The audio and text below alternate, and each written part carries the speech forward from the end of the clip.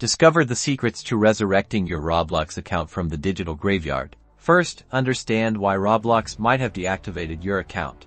Violating community standards, inappropriate content, suspicious activity like hacking, or even payment issues.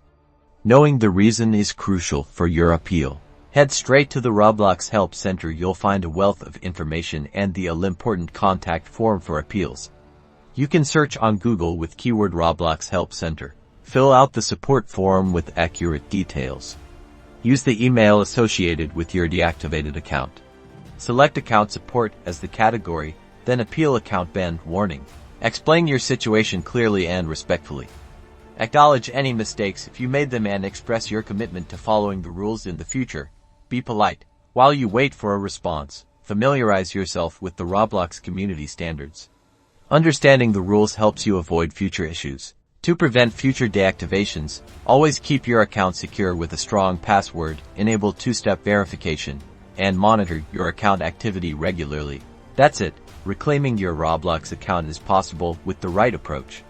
Like this video, subscribe for more tips, and share with your Roblox buddies.